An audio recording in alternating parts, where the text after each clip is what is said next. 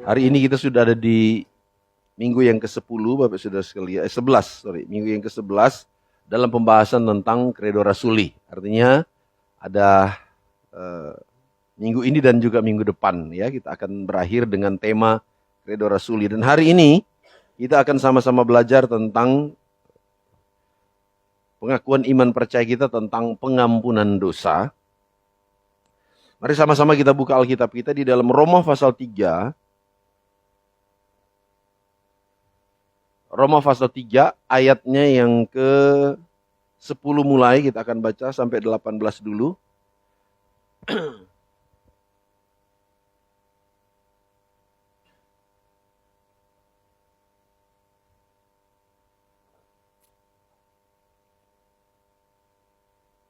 Oke, kita akan baca sama-sama. Roma pasal yang ketiga ayat 10 mulai. 2, 3.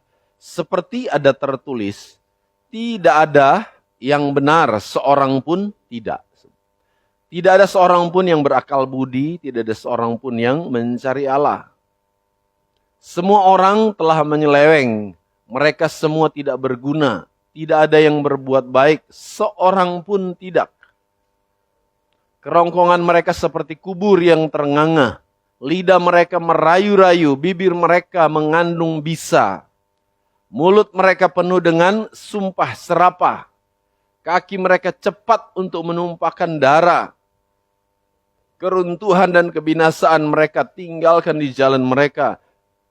Dan jalan damai tidak mereka kenal. Rasa takut kepada Allah tidak ada pada orang itu. Ayat 23. Langsung. Karena semua orang telah berbuat dosa dan telah kehilangan kemuliaan Allah. Haleluya. Ya. Bapak Saudara sekalian, seperti sebelumnya saya selalu menyampaikan bahwa kita harus betul-betul memahami apa yang kita ucapkan atau apa yang kita deklarasikan. Apa yang keluar dari mulut kita, apalagi itu sebuah keyakinan yang kita sampaikan. Jadi kita sampaikan itu baik kepada Tuhan maupun kepada manusia. Kita mengatakan bahwa aku percaya pengampunan dosa. Ya, kalau kita lihat dari ayat yang barusan kita baca bahwa memang manusia, ya, mau siapapun itu. Kalau kita lihat realitas manusia itu sendiri bahwa manusia itu semuanya berdosa, ya, semua berdosa. Mungkin ada yang bertanya, bagaimana dengan anak yang baru lahir? Bagaimana dengan anak kecil? Apakah juga semua berdosa? Ya, pernah saya sudah menyampaikan bahwa manusia, ya, siapapun itu adalah manusia yang berdosa. Karena memang sejak kejatuhan Adam dan Hawa, Bapak Saudara sekalian, ya, manusia itu semua sudah punya label, punya sesuatu yang dibawa. Seperti saya sering kali kasih contoh bahwa misalnya singa atau macan. Macan itu atau singa, apakah dia akan disebut binatang buas saat dia menerkam manusia atau menerkam mangsanya? Ataukah dia sudah disebut binatang buas sejak dia lahir? Sudah tergolong binatang buas nggak macan atau singa itu? Atau tunggu dia cakar orang dulu, makan mangsa dulu baru dikatakan binatang buas? Atau sudah binatang buas dari lahir? Sudah binatang buas dari lahir. Sama dengan manusia. Meskipun manusia lahir masih bayi, belum berbuat sesuatu, tetapi dia sudah terlahir sebagai manusia yang berdosa. Ya. Manusia sudah terlahir sebagai manusia yang berdosa. Ini kalau kita lihat gambaran dari apa yang disebutkan di dalam Roma pasal 3 tadi mulai ayat 10. Manusia itu dari ujung rambut sampai ujung kaki. Itu semua potensi untuk berbuat dosa itu besar sekali. Dan itu realita, itu terjadi Bapak Saudara sekalian. Ya. Dari kepala sampai kaki manusia itu berdosa. Ya.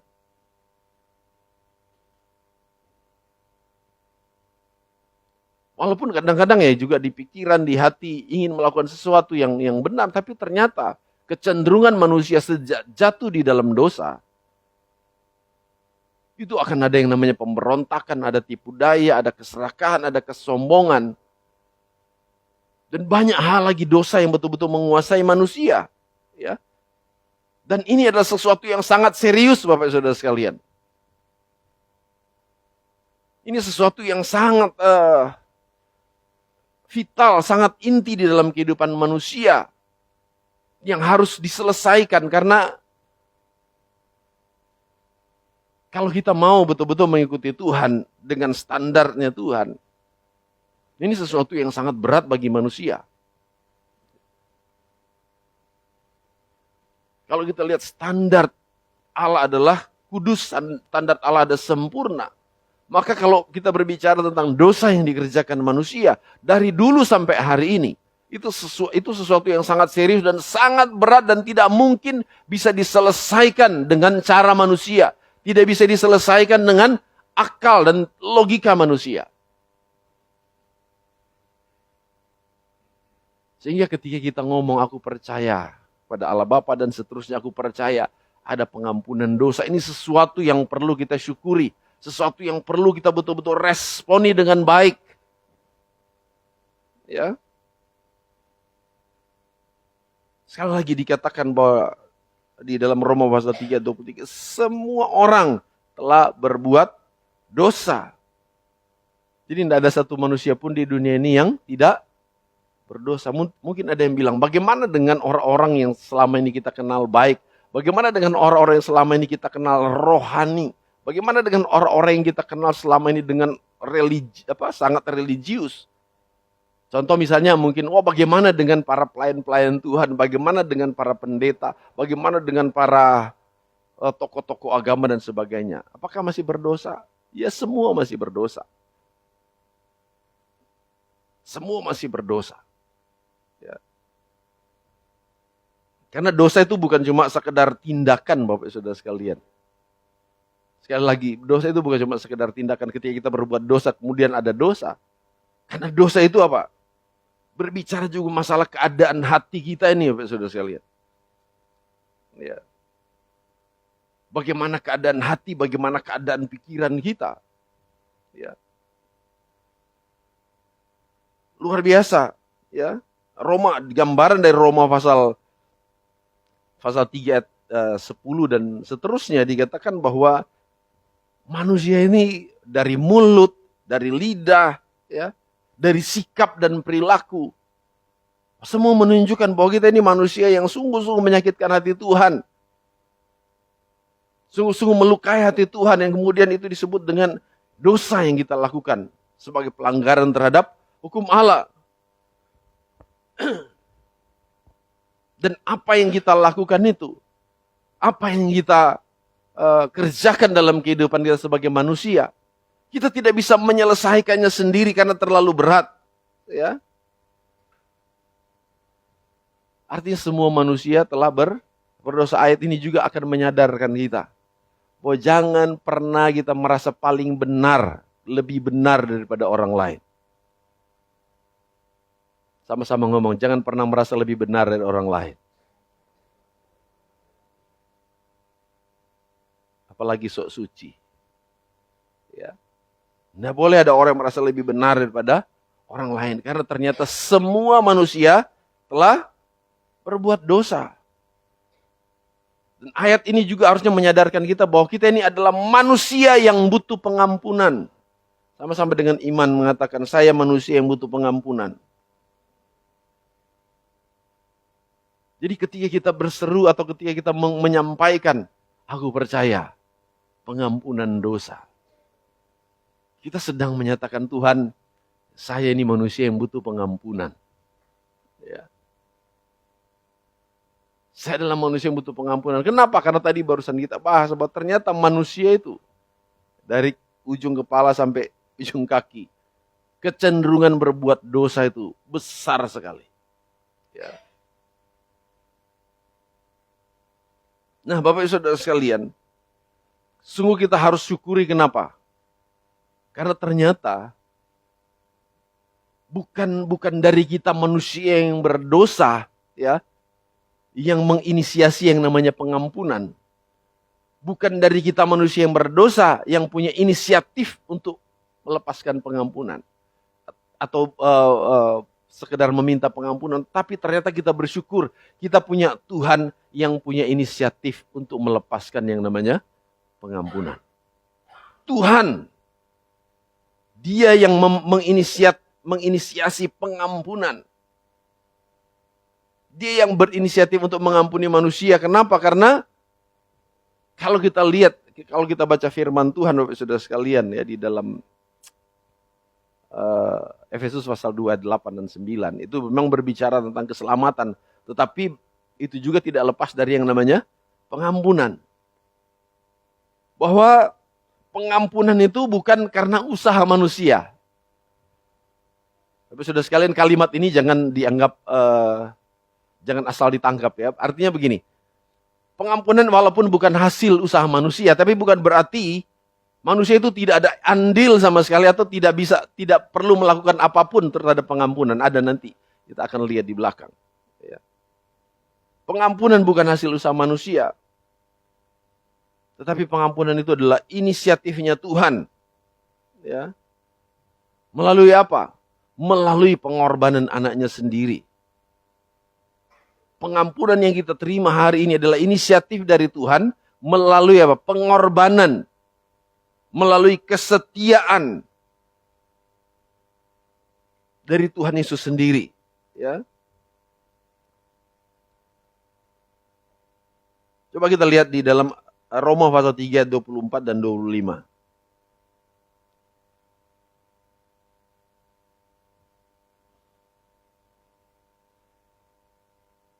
Dan oleh kasih karunia telah dibenarkan dengan cuma-cuma karena penebusan dalam Kristus Yesus. Jadi ternyata bukan karena perbuatan kita, bukan karena usaha kita, tetapi berbicara tentang pengampunan itu murni kasih karunia Allah, ya, yang dikerjakan melalui Yesus Kristus. 25. Kristus Yesus telah ditentukan Allah menjadi jalan pendamaian karena iman dalam darahnya. Hal ini dibuatnya untuk menunjukkan keadilannya karena Ia telah membiarkan dosa-dosa yang terjadi dahulu pada masa kesabarannya. Lihat, saudara sekalian.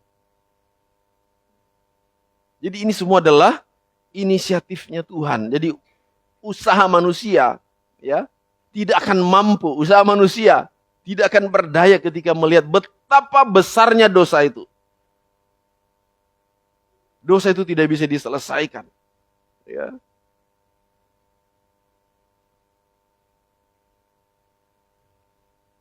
Dan akibat dari dosa itu sendiri, Bapak Saudara sekalian, sangat-sangat fatal.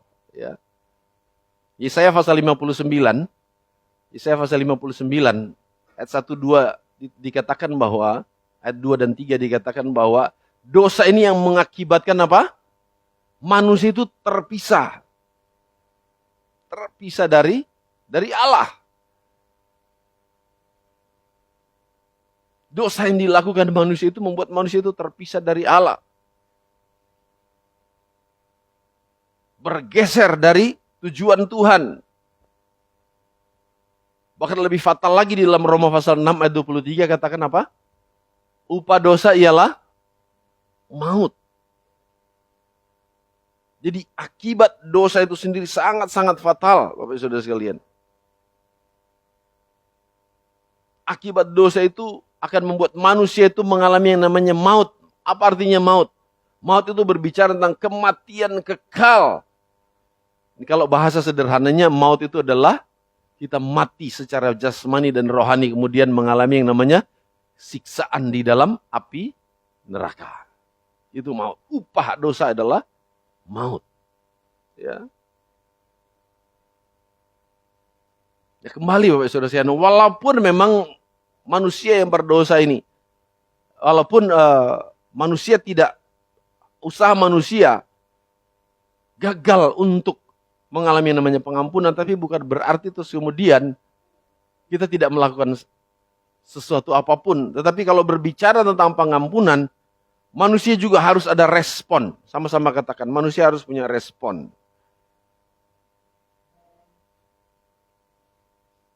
Apa respon manusia ya supaya dia mengalami yang namanya pengampunan dosa? Boleh saya dikasih masukan? Apa respon manusia supaya kita mengalami pengampunan dosa? Yang selama ini kita tahu supaya kita diampuni apa? Supaya kita betul-betul mengalami keselamatan yang dari Tuhan, apa yang harus kita lakukan?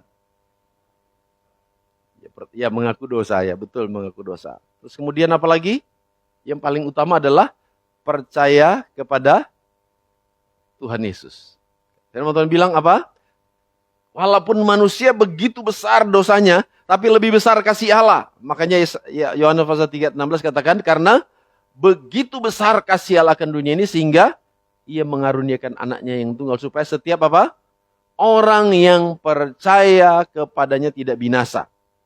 Dosa membuat orang binasa, tapi orang percaya kepada Yesus tidak binasa. Itu artinya apa?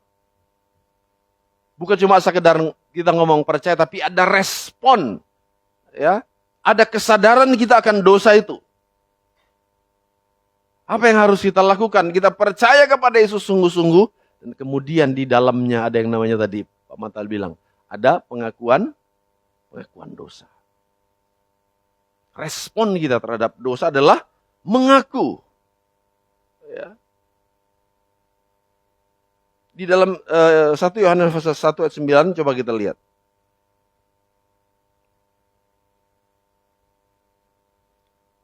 1 Yohanes pasal 1 ayat 9.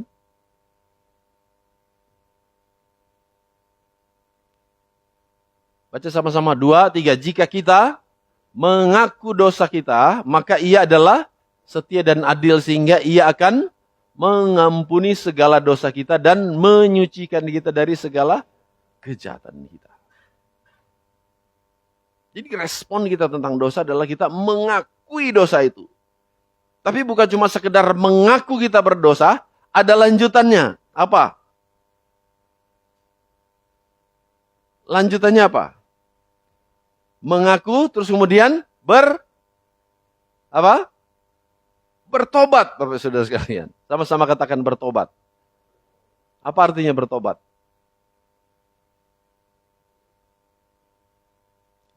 Dan tobat. Apa artinya bertobat? Sadar dan kemudian tidak mengulangi lagi. Tapi bertobatnya kita berapa kali, Bapak Saudara sekalian?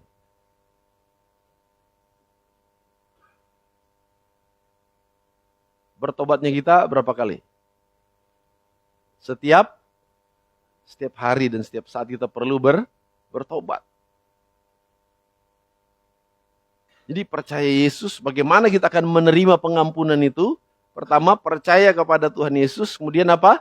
Mengaku, kemudian apa? Bertobat. Ini yang harus kita lakukan. Kisah para Rasul pasal 3 ayat 19. Kisah pasal 3 ayat 19.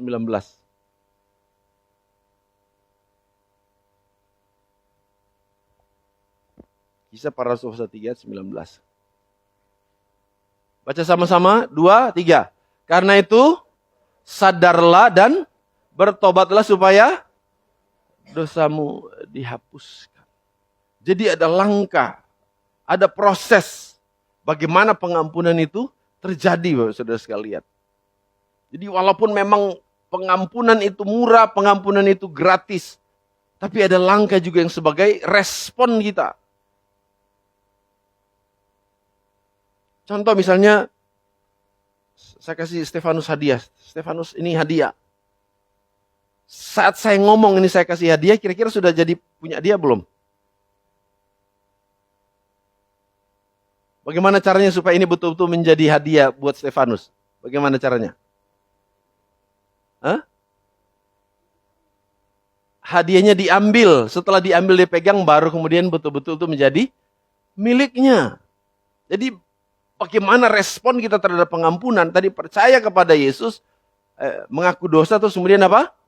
Bertobat. Sama-sama katakan bertobat. Apa artinya bertobat? Nah tadi. Kita sadar, terus kemudian apa? Tidak mengulanginya lagi. Nah, itu namanya bertobat. Tapi kalau cuma ngomong bertobat tok, tapi kemudian diulang-ulang, itu namanya belum bertobat. Dan bertobatnya orang Kristen itu harus sungguh-sungguh. Jangan jadi, ada istilah yang teman-teman hamba Tuhan juga bilang, apa, Kristen tomat. Apa itu tomat? Apa? Setelah tobat, kumat. Nah, tomat namanya. Coba lihat kiri kanan. Kamu tomat atau bukan, bilang.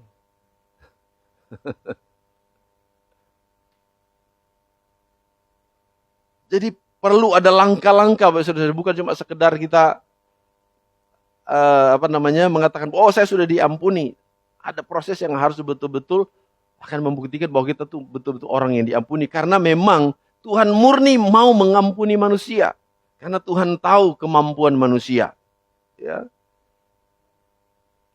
Makanya firman Tuhan yang kita dengar hari ini ketika kita ngomong, wah, aku percaya ada pengampunan. Artinya juga jangan menunda-nunda pertobatan.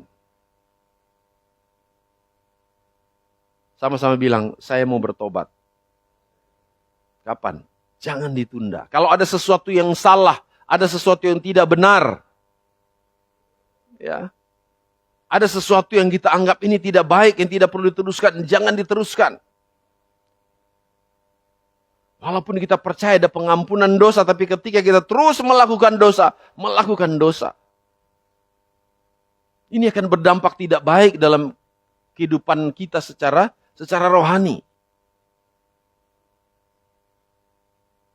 Kita berkata, aku percaya kepada pengampunan dosa.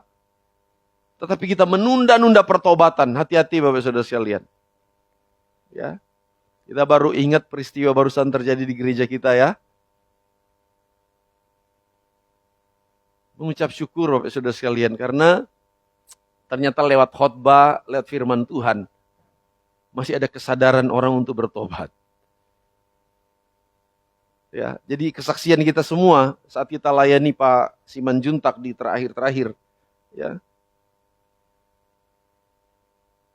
Waktu kita antar ke rumah sakit, nggak tahu ya apa, waktu di mobil sudah ngomong ya Pak Simanjuntak kalau nggak salah ya, di mobil.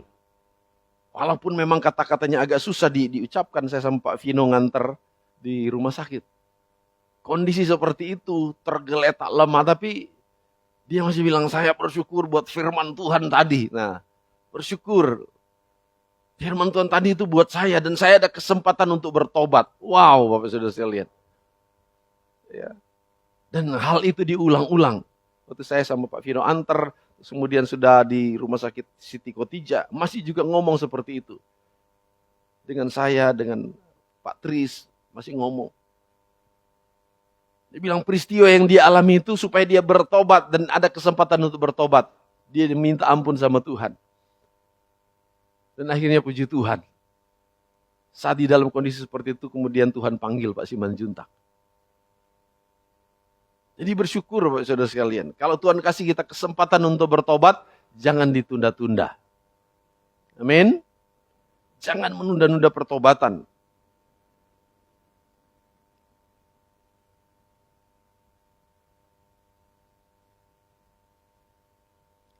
Mungkin seringkali kita tuh ketika kita sudah ambil keputusan untuk bertobat, iblis itu kan nggak dengan mudah mau melepaskan kita, ya. Seringkali kita dialihkan perhatian, kita sudah betul-betul mau bertobat, kita sudah sungguh-sungguh mau datang kepada Tuhan, tapi seringkali iblis suka buat kita belok. Kita akan mencapai tujuan, kita dibelokkan lagi oleh iblis. Nah, ini harus hati-hati Bapak Saudara sekalian. Karena beberapa waktu yang lalu kan kita sudah sempat bahas bahwa di dunia ini yang sementara kita diami, dunia yang hari ini kita berdiam, memang sementara dikuasakan kepada si jahat. Artinya apa? Iblis sering masih mengambil peran untuk mau menjatuhkan manusia, untuk meninabobokkan manusia, untuk membuat manusia itu kemudian teralihkan perhatian. Hati-hati, waktu itu berjalan dengan tanpa kita bisa kontrol. Waktu itu berjalan begitu cepat. Kalau Tuhan kasih waktu kita hari ini, kita harus betul-betul ambil waktu untuk bertobat. Amin. Siapa yang masih berdosa katakan amin. Siapa yang dosanya banyak juga katakan amin. Yang dosanya sedikit katakan amin. Wah, berarti banyak semua ya. Harus betul-betul bertobat, saudara sekalian. Amin. Harus bertobat, datang dengan kerendahan hati kepada Tuhan dan Tuhan akan mengampuni seperti tadi lagu yang kita nyanyikan. Saya betul-betul terharu ya. Semenjak lagu apa tadi itu? Sungguh nyata kasih-Mu di sepanjang hidupku. Walaupun lagu sukacita, tapi saya tuh tadi betul-betul tersentuh dengan lagu itu. Dengan darah-Mu Kau tebus dosaku. Wow, Bapak sudah sekalian. Ya. Tuhan sudah berkorban begitu rupa dengan memberikan nyawanya. Yang perlu kita lakukan hari ini cuma bertobat dan kita terima belas kasihan Tuhan dan kita akan mengalami yang namanya pengampunan.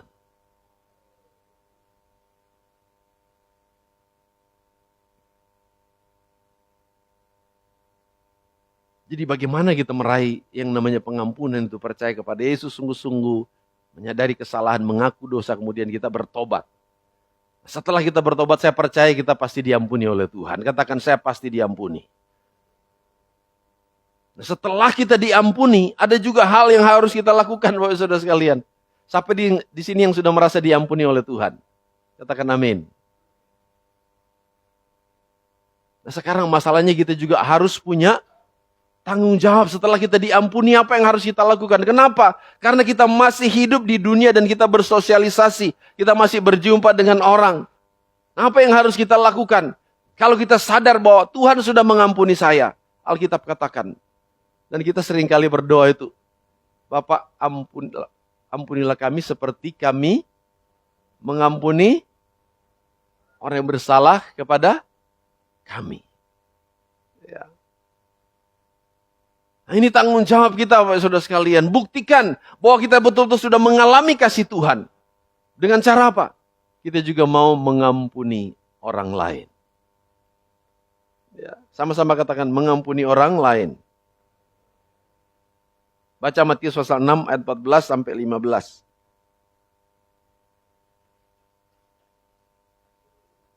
Matius pasal yang ke-6 ayat 14 sampai 15.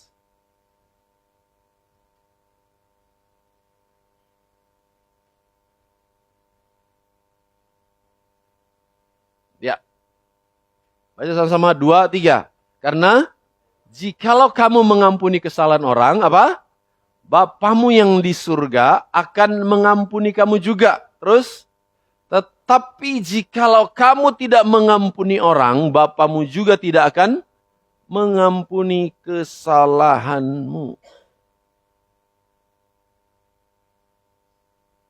Jadi dampak dari ketika kita sudah diampuni, mengalami yang namanya hidup baru di dalam Tuhan, hidup kita sudah dipulihkan, jaga kondisi pulih itu, jaga kondisi kekudusan itu dengan cara apa? Kita juga harus mengampuni kesalahan orang lain.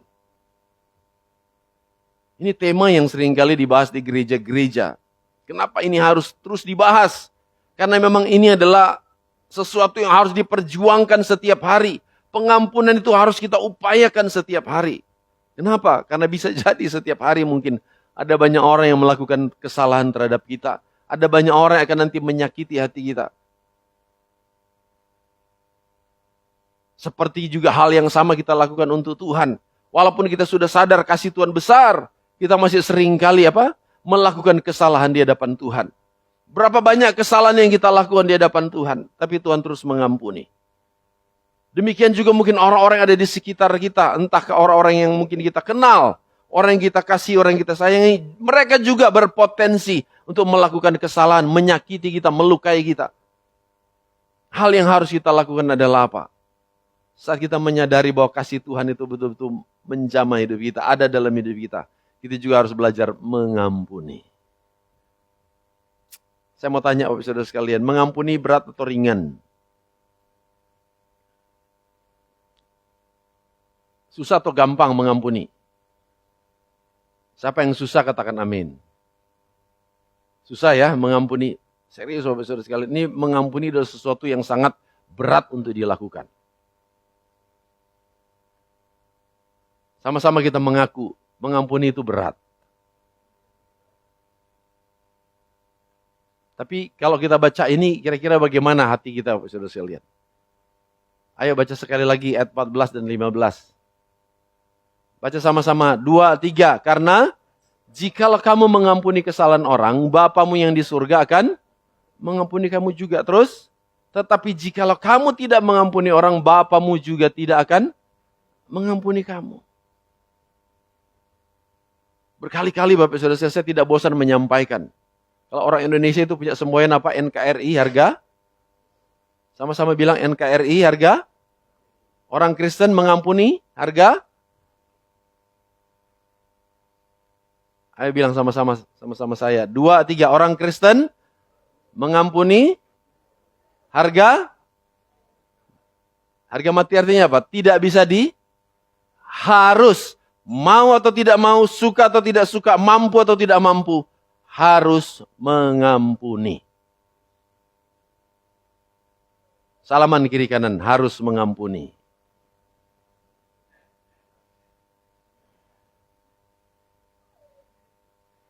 Amin, Bapak Saudara sekalian. Mungkin ada yang bilang, waduh dia terlalu menyakitkan, ini sudah terlalu berat, pelanggarnya sudah terlalu berat.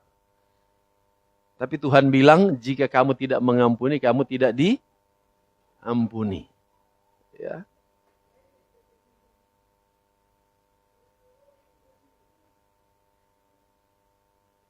Jadi artinya Bapak Saudara sekalian, ketika kita ngomong, aku percaya pengampunan dosa, artinya kita sedang menyatakan bahwa kita ini berdosa.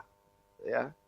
Saya dan Bapak Ibu Saudara sekalian berdosa. Makanya semua kalau kita menyadari kita itu berdosa, kita adalah manusia yang tidak benar. Seperti awal tadi saya katakan, jangan pernah merasa lebih benar.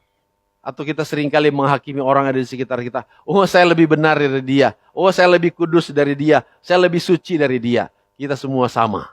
Kita masih seringkali melakukan kesalahan di hadapan Tuhan. Makanya di dalam kekristenan, makanya Tuhan mengajarkan tidak boleh ada yang saling menghakimi. Karena kita semua masih orang yang berdosa di hadapan Tuhan. Kalau saling menegur harus. Amin.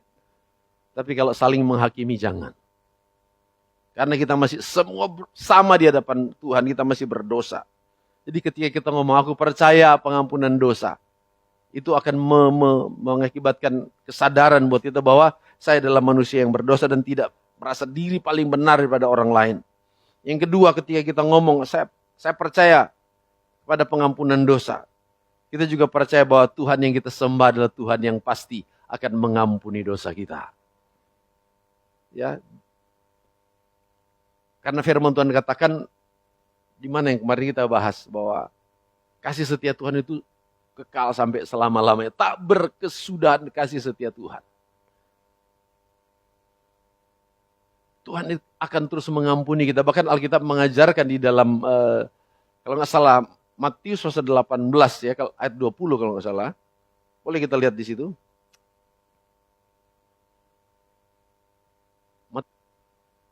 Nah, kemudian datanglah Petrus dan berkata kepada Yesus, Tuhan, sampai berapa kali aku harus mengampuni saudaraku jika ia berbuat dosa terhadap aku? Sampai 7 kalikah? Tuhan jawab apa? Ayat 22, Yesus berkata kepadanya, bukan, aku berkata kepadamu, bukan sampai 7 kali, melainkan sampai 70 kali 7 kali.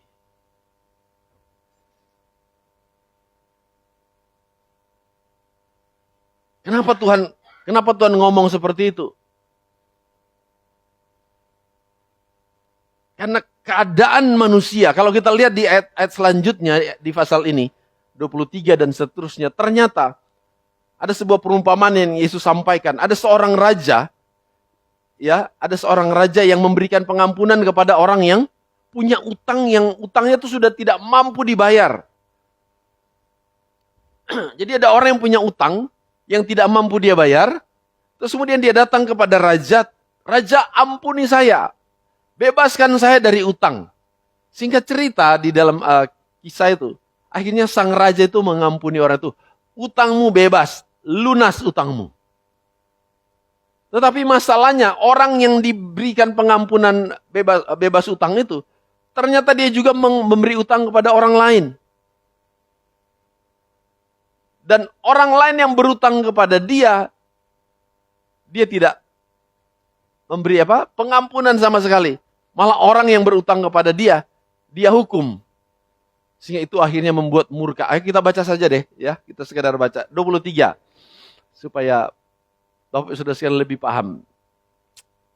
Sebab hal kerajaan surga seumpama seorang raja yang hendak mengadakan perhitungan dengan hamba-hambanya. Lanjut. Setelah ia mulai mengadakan perhitungan itu, dihadapkanlah kepadanya seorang yang berutang 10.000 talenta. Terus, tetapi karena orang itu tidak mampu melunaskan hutangnya, raja itu memerintahkan supaya ia dijual beserta anak istrinya dan segala miliknya untuk pembayar hutang. Bukankah ini kondisi yang sama dengan kita, Bapak Saudara sekalian? Mampu tidak kita untuk bayar hutang kita? Mampu tidak kita untuk melepaskan dosa yang melekat dalam hidup kita? Tidak mampu. Ya. Terus kemudian ayat yang selanjutnya. Maka sujudlah hamba itu menyembah dia, katanya, sabarlah dahulu, segala hutangku akan kulunaskan. 27. Lalu tergeraklah hati raja itu oleh belas kasihan akan hamba itu, sehingga ia membebaskannya dan menghapuskan hutangnya. Terus, lihat. Tetapi ketika hamba itu keluar, ia bertemu dengan seorang hamba lain yang berhutang 100 dinar kepadanya. Ia menangkap dan mencekik kawannya itu, katanya, bayar hutangmu. Lanjut. Maka sujudlah kawannya itu dan memohon kepadanya, sabarlah dahulu, hutangku itu akan kulunaskan. Terus, tetapi ia menolak dan menyerahkan kawannya itu ke dalam penjara sampai dilunaskan hutangnya. Kita lihat. Ini adalah realita yang terjadi sampai hari ini. Kita sebagai anak-anak Tuhan, kita butuh pengampunan kepada Tuhan.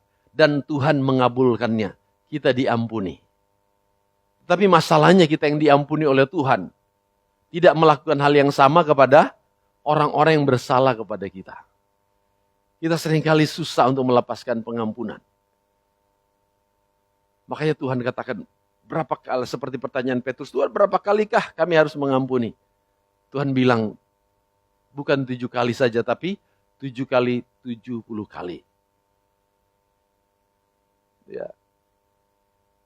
Kalau manusia saja disuruh Tuhan 7 kali 70 kali, kira-kira Tuhan berapa kali mengampuni?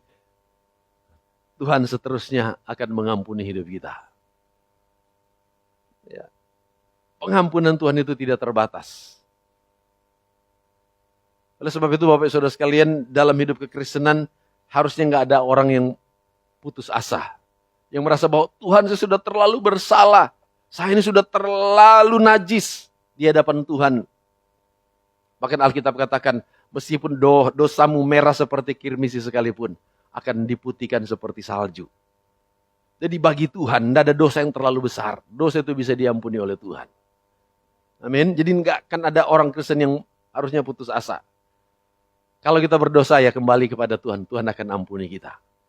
Tapi tanggung jawab kita adalah, ketika ada orang lain bersalah kepada kita, ketika mereka meminta pengampunan, kita juga harus belajar melepaskan pengampunan. Amin.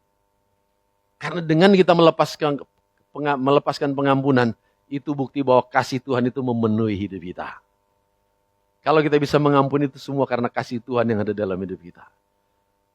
Daging kita, pikiran kita sulit untuk mengampuni. Tapi kalau ada kasih Tuhan dalam hidup kita, kita akan mampu melepaskan pengampunan. Amin. Apalagi di bulan seperti ini. Minal waidin wal faizin, ya kan? Kita harus saling memaafkan satu dengan yang lain.